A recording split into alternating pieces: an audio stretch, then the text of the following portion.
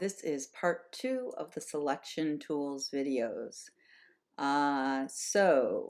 We are going to be going back into this little drawer here. We're going to be looking at the Magnetic Lasso Tool, okay? And then we're going to be looking at the quick selection tools. Okay, we've got 3 of them in this drawer right here. Okay, so we're starting out with, a profile picture. I've given you all the one of me to practice with.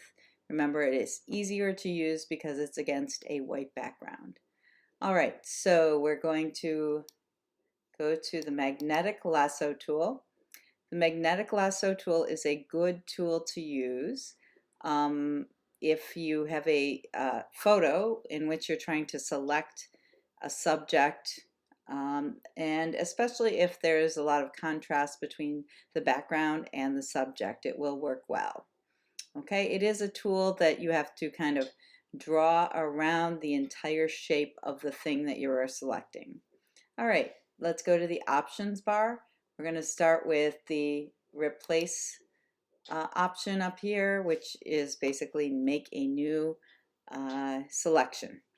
Okay, we're going to go down to our subject, and we are going to click with our mouse, and then we can let go, and we can simply follow. Okay, I am not clicking, but the mouse, the Magnetic Lasso Tool is adding all of these little points. Okay, so all I have to do is drag my cursor around the subject.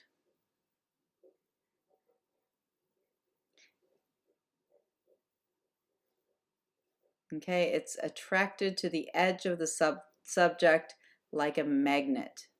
That is why it's called the Magnetic Lasso Tool. Now I've done this one before. Sometimes it has a little trouble with the hair up here.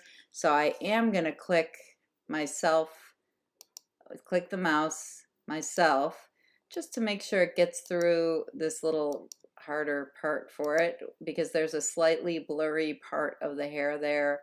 So it has a harder time, clinging to the edge there. All right. So now it seems to be back on track. I'm not clicking anymore, just following the edge.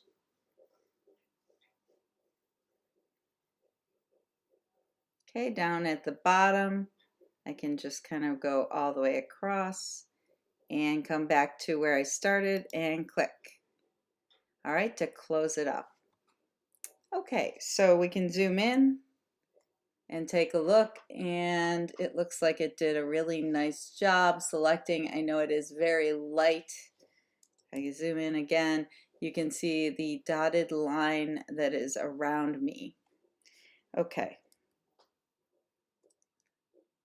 All right. At the bottom, there is a little bit of an issue. Okay, so I'm gonna zoom out just a touch here. I'm using the Control minus and Control plus to zoom in and out of the picture, by the way. Okay, at the bottom we could add to the selection because it did go off of the edge a little bit. Okay, in order to do that, I'm going to switch to the polygonal lasso tool. All right, because that makes straight lines. So that's all we're doing here is making a straight line across the bottom. And we are going to be adding to the selection. So we're going to go to unite. That unites two selections together.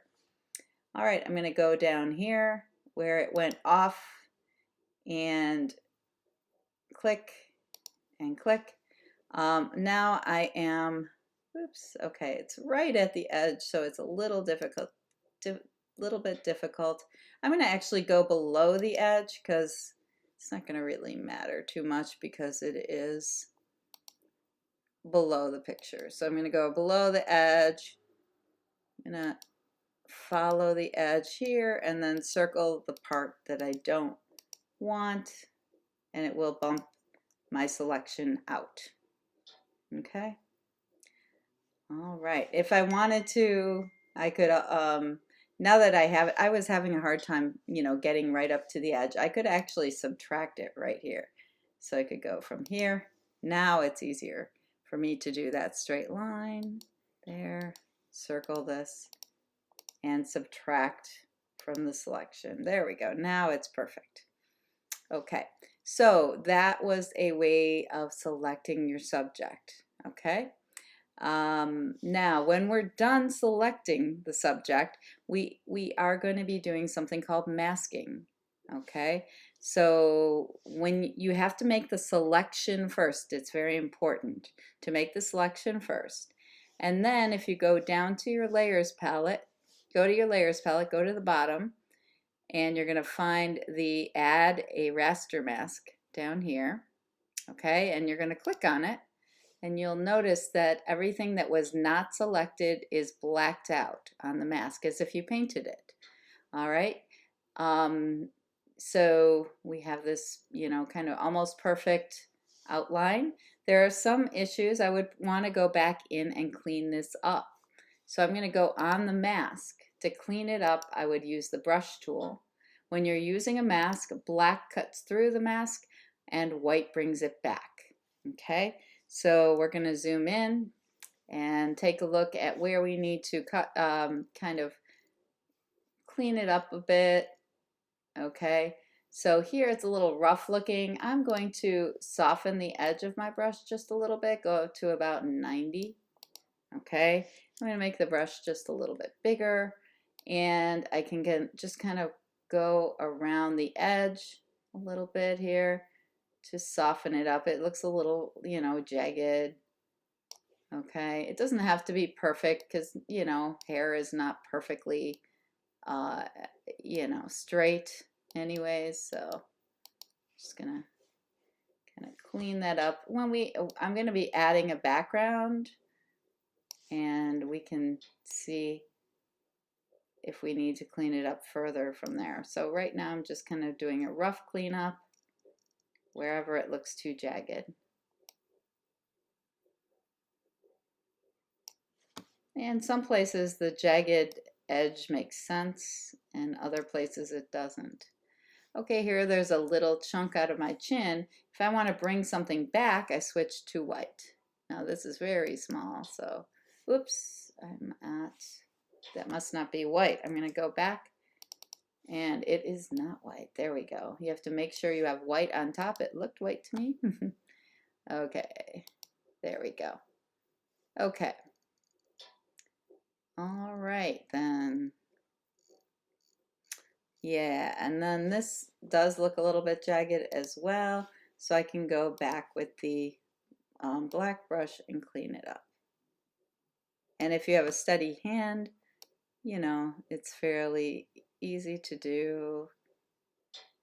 I like to do it in one big gesture so that it looks like a nice even line. Okay.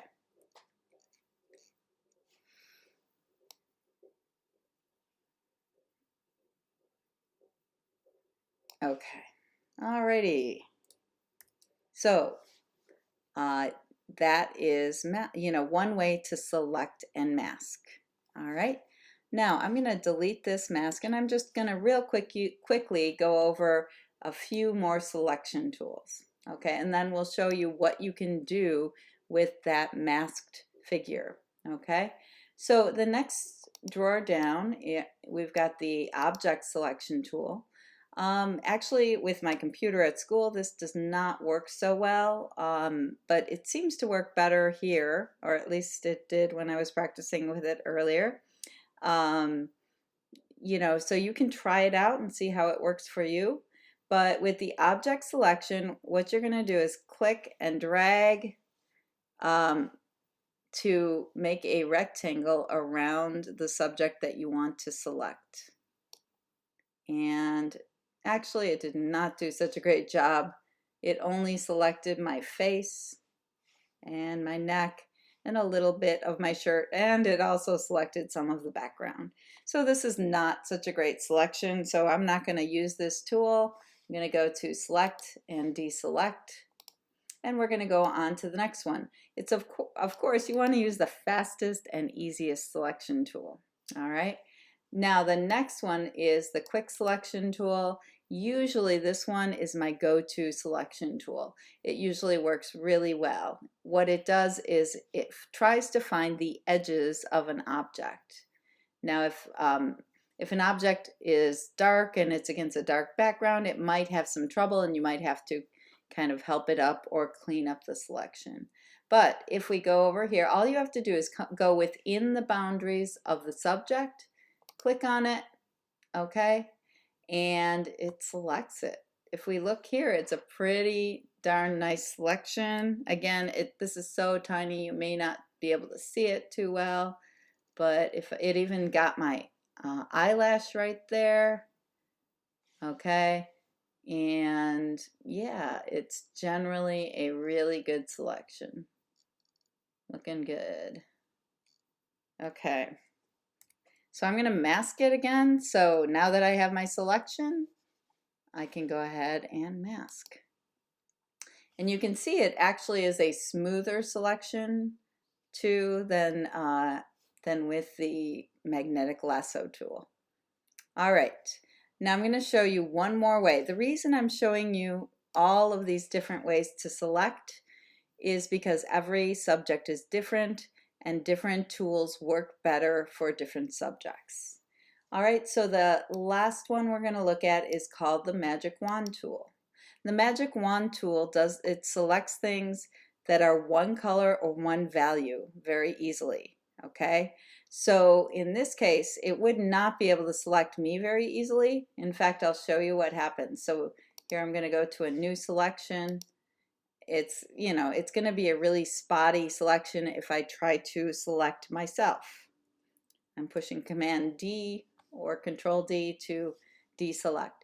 But so because I have so many textures and colors and values within my figure here, the Magic Wand tool would not be a good one to use. But for the background, it is a good one because the background is nice and simple. So in this case, what we're going to do is make our selection of the background and then invert the selection to get the selection of me. Okay, so again, new selection. I'm going to click on the white background and it didn't select everything. Now sometimes you can move the tolerance up to make it select more. I'm going to try moving it up to 20 and see if that helps. Okay, we got a little bit more of the selection. Here I'm going to okay, let's try that one more time. Looks like it got rid of it. Oh, you know, when I clicked the second time, I still had it on replace, so it got rid of my selection. All right, so I'm going to click. So not too bad. It's got selected everything, you know, it's got the edge of my face here, and it's got a lot of our, you know, all the way to my shoulder here. So I'm going to add to the selection now. Click here. Okay, now it's added this part. I'm going to click a little closer to my hair there. Again, I hope you can see this. In Photopea, the selection line is very faint. Okay. So if we look really close now, instead of having me selected, it has the negative space selected, okay? So, or the outside, you know, selected. So it goes around here, and it goes around me, but then instead of going down the bottom, it goes over here and up. So it selected the background. Next, I'm going to invert the selection. So I go to Select and Inverse, and now I am selected. Okay, and I can go ahead and mask it, and you can see it's, you know, it looks like a pretty good selection. I can clean it up just a touch in a few places, but yeah, it's looking really good. Okay, so now we have our selection and it's masked. Okay, and so we are going to next, I'm going to show you what you can do with this selection.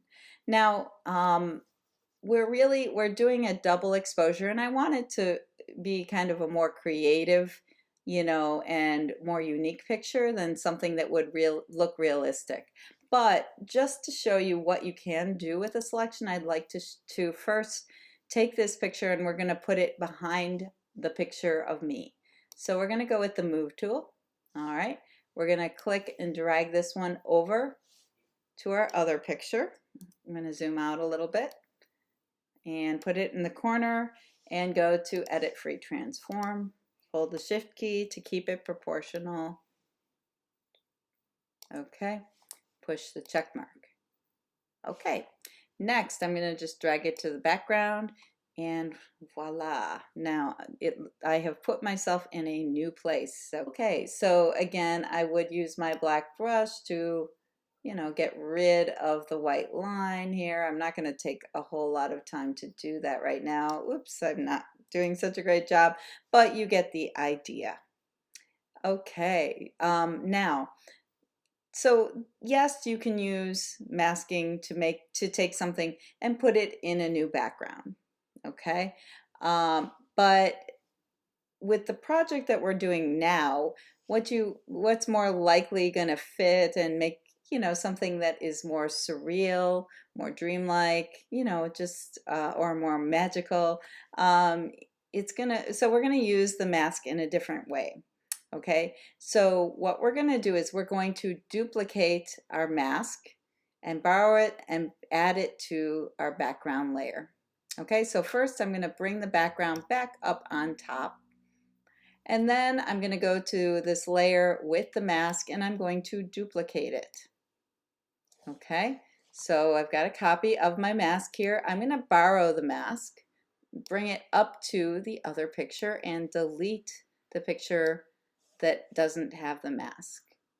Okay, so then, you know, I've got a silhouette shape of myself, but it has the trees in it. So that's pretty cool. And then you can also do things, whoops, let me go back. You have to make sure you're on the right layer. I have to go up here. Okay, you can also then blend those two layers together. And all you see is, you know, it blending on me. And then you can add a different background.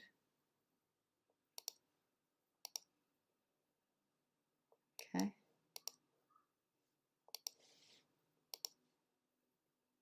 Okay. All right. So if I want to add a background, I could bring in another picture, or I could make a blank layer, drag it down here, and I could, you know, add a color or a gradient. So let's say I just add a gradient. Okay, I didn't switch the color, but you know, obviously here it looks like I really need to clean up that edge too. You know, I would have to go back on the mask and do that. Okay, so that is, you know, how we can use our masking tool to blend two pictures together. All right, thanks.